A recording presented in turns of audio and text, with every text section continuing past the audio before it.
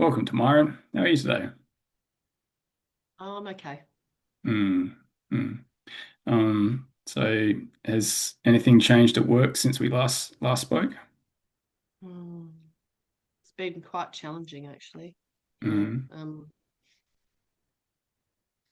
Yeah. It's been tricky since I got my new role as mm. primary coordinator.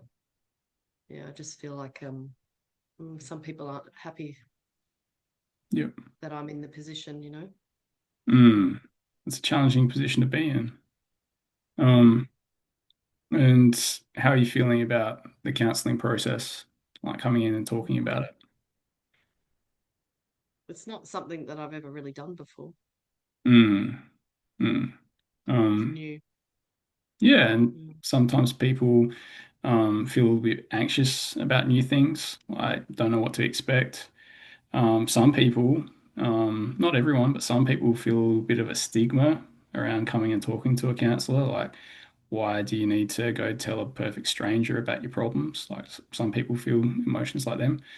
So, if you are experiencing, like a little bit of a reluctance to engage in this process, like, I totally get that, and it's perfectly normal. Mm. Okay. And hopefully, just by, talking and like this being a safe space, you'll learn to be able to open up around that. So back to you talking about your difficulty at work. What have people been saying to make you feel like they're unhappy about you getting to this position? It may not even be. I'm not hearing anything directly. Mm, It's more the looks and maybe the lack of natural conversations between okay. colleagues, what it was before when I was teaching. But Mm, yeah, because I'm not in a teaching role anymore, yeah. I feel like I don't know, maybe people are um not happy that I'm in the role, or they're Mm, worried about how I might navigate the role, because I guess everyone who's had this role before has a different approach. mm. So if I'm hearing you right, you're saying that things you were able to engage well with and connect and relate to your peers like really well before, and that's changed since you got this position. Yeah, I think maybe people are just wary. Okay. I don't know. Um, Mm. but they're definitely not talking to me as much as what they were. Yeah. If the room goes silent when I walk in. Oh wow. So yeah, it's a feeling. No one's saying anything directly to me. Mm. But even that lack of engagement, like we're tribal creatures, and we need to feel a sense of belonging. And so Mm, if people are like shutting you out, which that's what it sounds like, it'd be mm. very understandable if you're, feeling strong things about that. Could you explain any feelings that you might have attached to their behavior?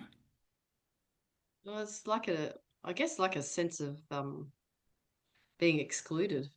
Yeah, yeah, Yeah, I know that there was a few people who applied for the job.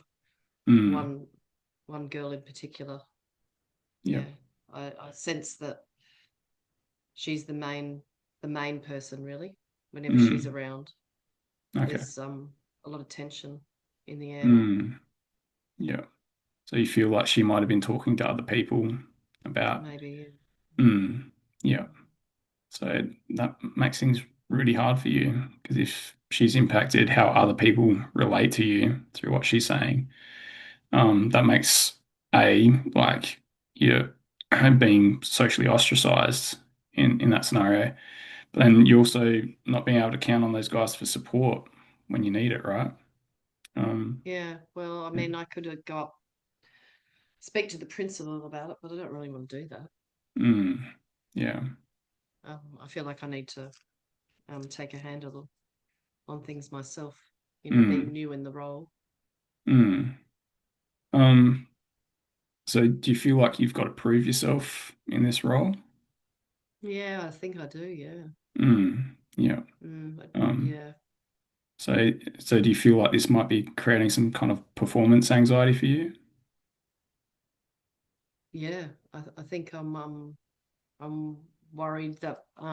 worried about how to take the first step, really, I guess. Mm, Because we have faculty meetings once a week, and that mm, means that, yeah, whatever I do in there, I need to um, show them that,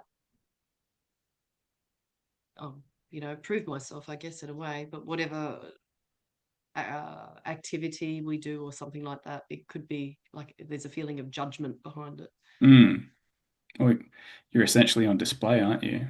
Like your Mm, performance is on mm, display, and be quite natural to feel very ju like potential to be judged in those mm. scenarios. Have you had your first faculty meeting yet?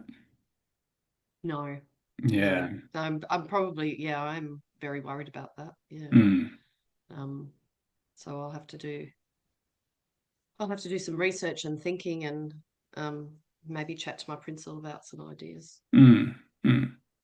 So, yeah, you mentioned being worried. Have you noticed any changes in your body, or your emotions, since you've been worried? Yeah, well, some nights I don't sleep well. Mm, I yeah. tend to wake up and then I might wake up to go to the toilet and then not be able to get back to sleep because my thoughts keep Mm, going round and round in circles. yeah. Yeah. And that makes it hard to get up and carry on the next day. Mm, yeah. So that's called rumination, or overthinking. And that's a very hard thing to live with because it is so disruptive to your sleep. And then the next day, you're going to be tired because you haven't had enough sleep. It's going to impact your performance. It's going to impact your ability to self-regulate emotionally and even think cognitively and like do your job at your best. So yeah, that's a really tough thing to deal with. Have you noticed any changes in blood pressure or changes Mm. in heart rate or breathing or anything along those lines? Yeah, I do look at my Fitbit watch a little bit, Mm, um, and look back through and see the pattern of my heart rate and my resting heart rate and what mm, spikes during the day.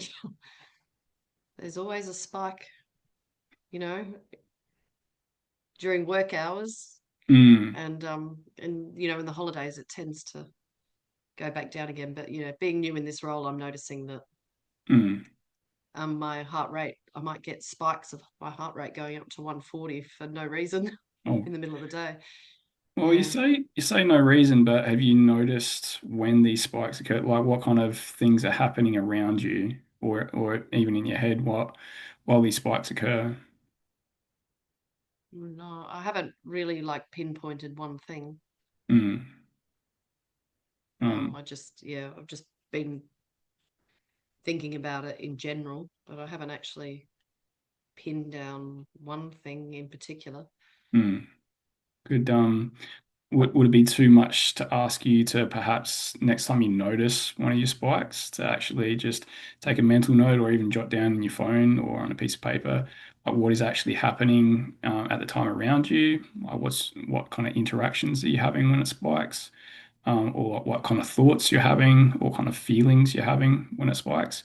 Because then you can actually perhaps build up a picture of like why this is occurring because Mm, you have some data rather than just trying to recollect, like look back at your watch and recollect it the next day. You'll actually be able to notice, like be present, be mindful of that in the moment. Is that too much to mm. ask? No, I could probably put it in my diary. I could write it in my Yeah, diary. I think that's a Yeah. good strategy. Yeah. Mm. Um, and have you noticed any change in your heart rate or your breathing when you go to the staff room or anything like that? Mm.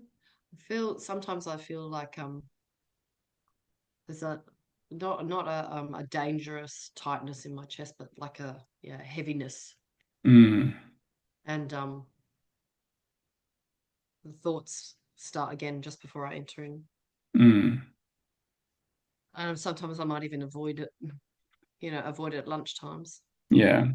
Avoidance is a very common coping mechanism when we're dealing with a stressful situation because it's a perceived threat or it is an actual threat, and Mm. we've evolved to avoid threats. So that's a quite natural thing to do. So yeah, it sounds like you've got some. So there's this thing called somatization, and that's where emotionally or cognitively you're thinking or feeling things, and then that actually affects your body. So it might be those elevated heart rate, blood pressure, breathing. You might feel like butterflies in the tummy. And these are Mm. kind of like responses that come from anxiety. It's like almost like your fight, flight, freeze reflex. So it's very primal kind of adaptation that we've used to survive all these years. But whereas once in the past you might get chased by a tiger, and that's helped you, and then afterwards you regulate reasonably quickly. We now in our society we live with some constant threats. So it might be inflation, paying our mortgage, getting that promotion at work, dealing with our colleagues, dealing with like difficult parents or stuff like that. We've got so many different threats these days, and even though they might be a lot lower level than a tiger chasing us, our body is still producing those same kind of physiological responses. So I was just wondering if we could maybe try out some a breathing exercise today. So when you are feeling that kind of physiological arousal, perhaps you can try this to just calm your system down. Would that be okay? Sure. Yeah. Right. Awesome. So this one's called box breathing. Hmm. The other, there's so many different kind of breathing exercises. This is just one of them. But the idea behind these breathing exercises is that we can actually massage the vagal nerve.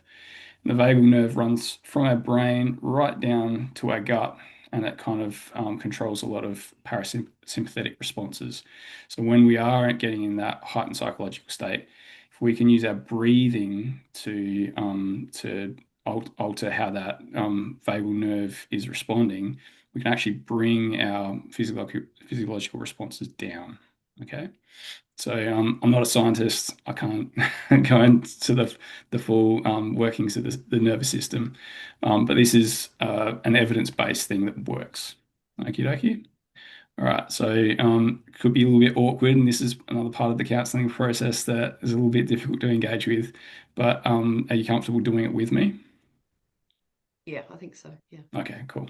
All right, so I'll break it down. There's four parts to it. So there's going to be breathing in, and then there's going to be holding.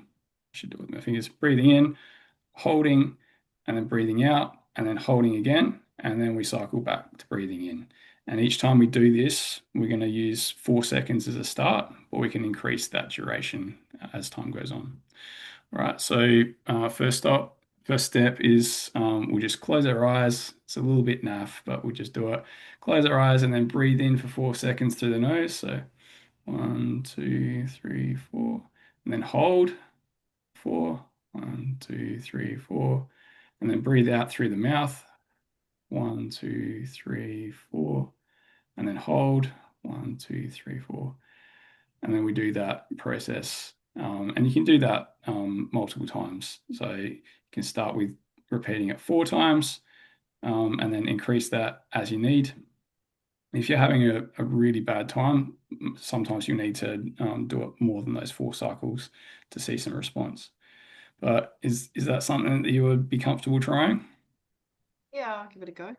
Yeah. Yeah. And obviously, like you're a teacher, there's not going to be the opportunity to do this all the time. You're in a class with 25 kids. You're not going to just be able to just do your box breathing every time you get stressed. But, if it's in a break or recess or lunch or something like that, you don't have to close your eyes. You can be doing it while you're on yard duty. Okie dokie. So, are you Good to know. feeling, Be helpful. yeah, good. Are you feeling a little bit more comfortable in the counseling process at the moment? Yeah, yeah. Well, I appreciate your gentleness and all your explanations Hmm. and your understanding as well. Yeah, Oh, thank you're you. easy to talk to. Oh, that's fantastic. And I can just see through your expression, your body language, you've relaxed a little bit since we started the session. So Mm. hopefully the more sessions we spend, the better that will get. Okay. So unfortunately, our time is wrapping up. We're going to have to bring this to a close. But I think it would be beneficial if we could do some more sessions if you're comfortable with that. And I can Yeah. introduce some more mindfulness and breathing exercises, and you'll have more opportunity to discuss the thoughts and feelings you have and the symptoms you're experiencing from your stress at work. Does that sound all right? Yep. All right, Thank you. awesome. All right, thank you so much for your time, Tamaran. See No ya. worries.